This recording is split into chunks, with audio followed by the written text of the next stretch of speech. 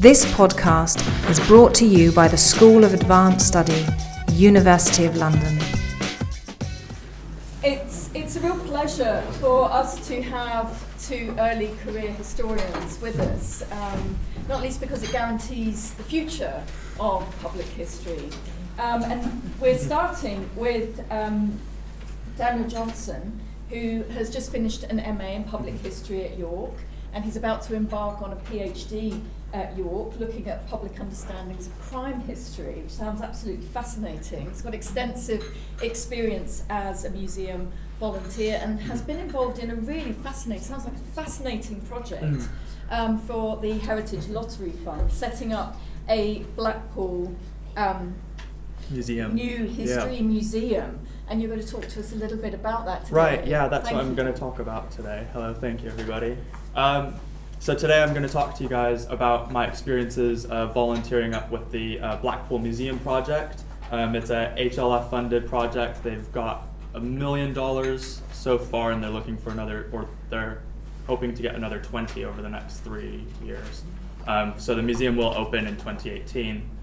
So that's just a little bit of background. And yeah, let's begin.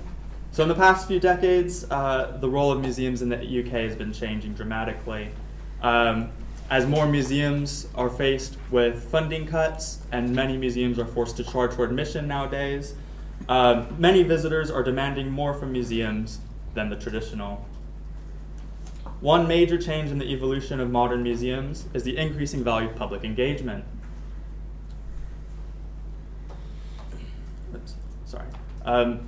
Stephen Will asserts that in the near future, the public will have succeeded to take active control of this quite remarkably and uniquely powerful instrument, the museum. Others, such as Nina Simon and Graham Black, also agree with the idea, both arguing for a more participatory and engaging museum in the 21st century. This paper will demonstrate how modern museum theory has been reflected in the development of the Blackpool Museum project, of which I've been able to volunteer for over the summer.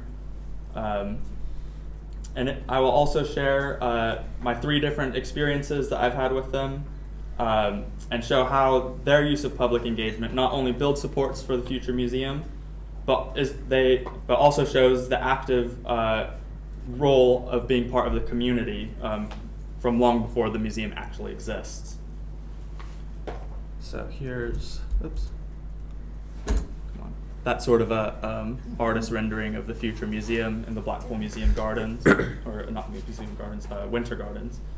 The northwestern seaside town of Blackpool is gaining a new museum dedicated to reconnecting local people to their strong and unique history. The Blackpool Museum Project's mission statement claims, the Blackpool Museum will tell the story of Blackpool, a story of a seaside town that has become the world's first mass tourism destination and the UK's most popular entertainment venue. This will be no conventional museum. It will be a dynamic and celebratory space, a blend of museum, visitor attraction, and theater, filled with artifacts, film, music, and performance. It will be immersive, participatory, and inclusive. It will have a strong personality with a memorable take, which is true to the lively spirit of Blackpool.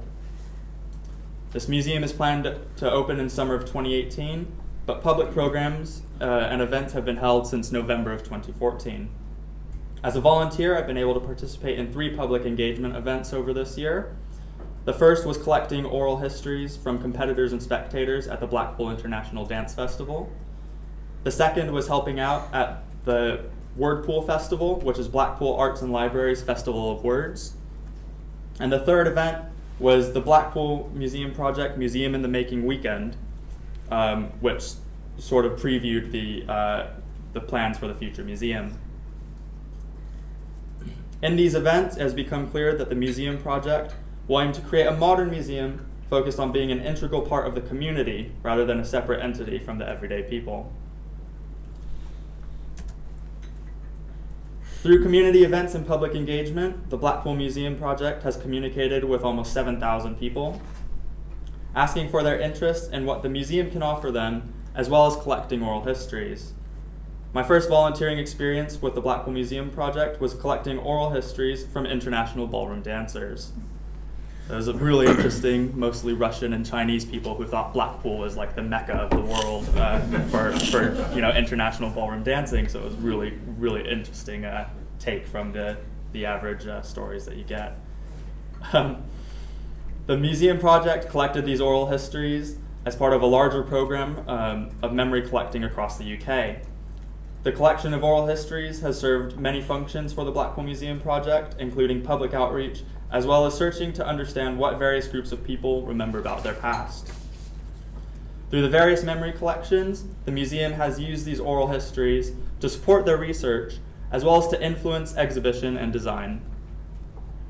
The collaboration of the memory collection program has, with various interest groups and individuals in Blackpool and farther afield, also supports the mission of the modern museum being immersive, participatory, and inclusive.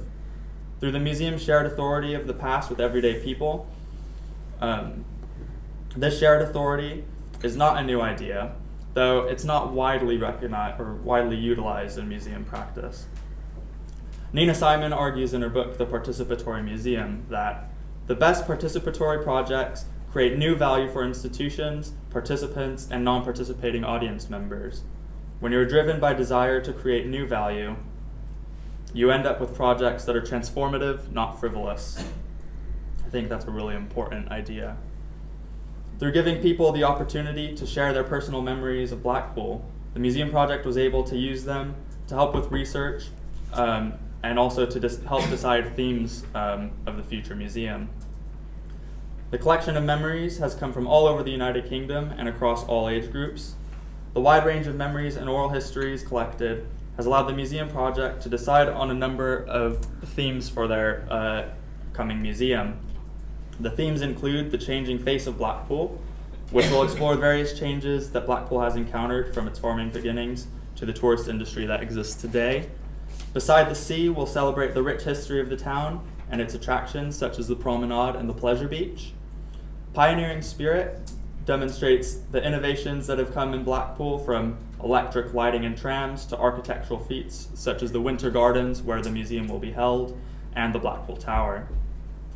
The volunteering that I carried out, though, collecting the oral histories from the international dancers, have influenced, provided support, and will probably even be present in the exhibition theme Putting on a Show, which will focus on the entertainment spirit of the town, including theater, music, dance, and comedy, and the many famous people who have performed there, such as Frank Sinatra, Judy Garland, and Morecambe and Wise. In each of these exhibitions, the history will be told through the voices of Blackpool people, providing the museum with a sense of inclusion, and perhaps more importantly, showing that the museum will be a central part of community, made for and by the people who live and work in Blackpool. In a chapter by Andrea Whitcomb, she argues that in giving voice to the powerless, a process of self-discovery and empowerment will take place, in which the curator becomes a facilitator rather than a figure of authority. The Blackpool Museum project has reflected this idea of the curator as a facilitator and aims to create the museum itself as the authority, depending on and giving agency to the local voices and memories, while muting the traditional autocracy of the museum professionals. This museum will be a collaborative institution and definitely not a top-down history that we're used to today. Though this dynamic idea of a museum is sure to gain visitor and tourist attention, the main objective of the project is to reconnect the people of Blackpool to their own history. At the Wordpool Festival, the Blackpool Museum project collaborated with artists to allow families to learn about the animals of Blackpool Tower in a fun and creative way. The museum project worked with the Blackpool Arts and Libraries for the event, themed Story Safari, to share the unique history of Blackpool that was completely new to younger generations. The Blackpool Tower, Blackpool's most iconic symbol, was completed in 1893 on the site of Dr. Cocker's Menagerie, and instead of knocking down the menagerie, they decided to incorporate it into the tower itself. The menagerie included a small zoo, aquarium, and aviary, and they all were major attractions in the first half of the 20th century, but eventually they all died away until the aquarium was the only one left into the 21st century, closing its doors in 2010, replaced by the Blackpool dungeons. Unfortunate. To share this interesting history with children and to allow parents and grandparents to reminisce and share their own memories of the beasts of Blackpool, the Museum Project collaborated with an artistic group from Manchester to recreate the Menagerie Aquarium and Aviary. For this project, artists created 3 cages, and here's one of the menagerie. So it's sort of like a tunnel, and then all sorts of stuff hanging around. And kids and families in the background, you can see them. They're making their favorite animals, so there's a little leopard right there. And this was early in the day. By the end of the day, you couldn't even go through them. It was packed. But so they've made these cages, and they brought with them crafts for the kids to be able to create their favorite animals to populate the cages. The Museum Project also printed out a number of old photographs of the menagerie and tower itself to educate the children and bring back memories for adults. Here's an example picture of the menagerie from a 1904 postcard. Museum staff and volunteers were also on site to share more details and history, as well as answer any questions that the visitors or participants might have had. The activity was part of a larger consultation project that has engaged with over 2,500 people to date and is aimed to enhance the public understanding of Blackpool's heritage and to instill a sense of ownership and pride in this exciting town. The collaboration of Blackpool Museum Project with local groups such as Wordpool to connect people to their history outside of the museum is an example of a larger new museology at work. In events such as the Wordpool Festival, where children and families designed and decorated their favorite animals with others in the community, Graham Black argues that this form of social interaction stimulates museum learning as well as civil engagement across wider society. Black asserts that there are 5 different ways for social interaction to stimulate museum learning. The first way is that people stimulate each other's imaginations, and that collaboration encourages discussion and expression of multiple perspectives and ideas. The second is that collaboration promotes teamwork through the shared motivation for groups to learn together. Both of these, teamwork and collaboration, were evident throughout the Wordpool Festival, where new friends were made and many strangers worked together to share museums and ideas to create their animals. The other methods include ideas around higher production when people are working together, the value of learning through watching others, and the last one is the shared sense of accomplishment when people work together. Again, all of these methods were exemplified through the shared motivation to learn about the history of the Blackpool Menagerie and the artistic fun of creating animals of all shapes and sizes, real and fantastical. Yes, there were unicorns involved. For a memorable and educational day out for the family.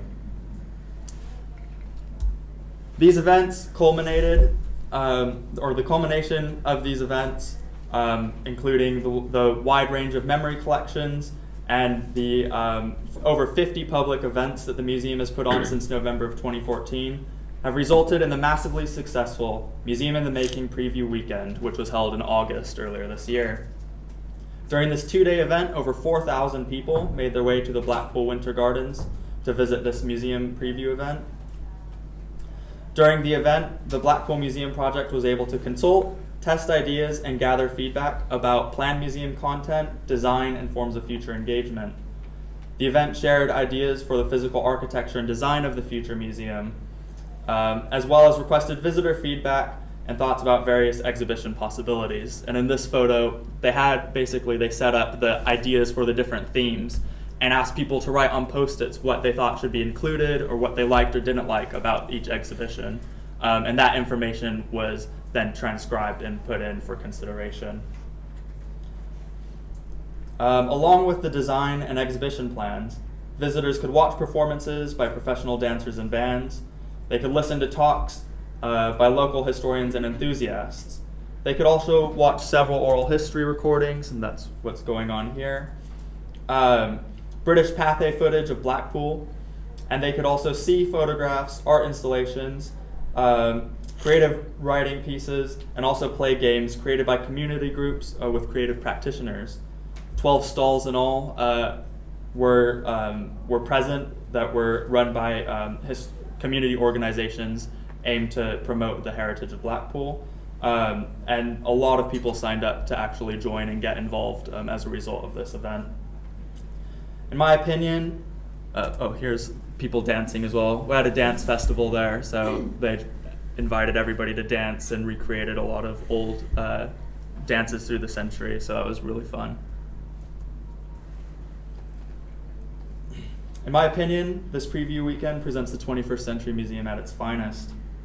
The museum attracted people of all ages to not only visit but participate and engage with the history of Blackpool, and provided multiple opportunities for education and entertainment in the museum. Most of all, the museum represents one that is fully immersed in the community, one that will naturally attract tourists due to the nature of the town, but is primarily aimed at telling the Blackpool story through the lives and experiences of local people themselves.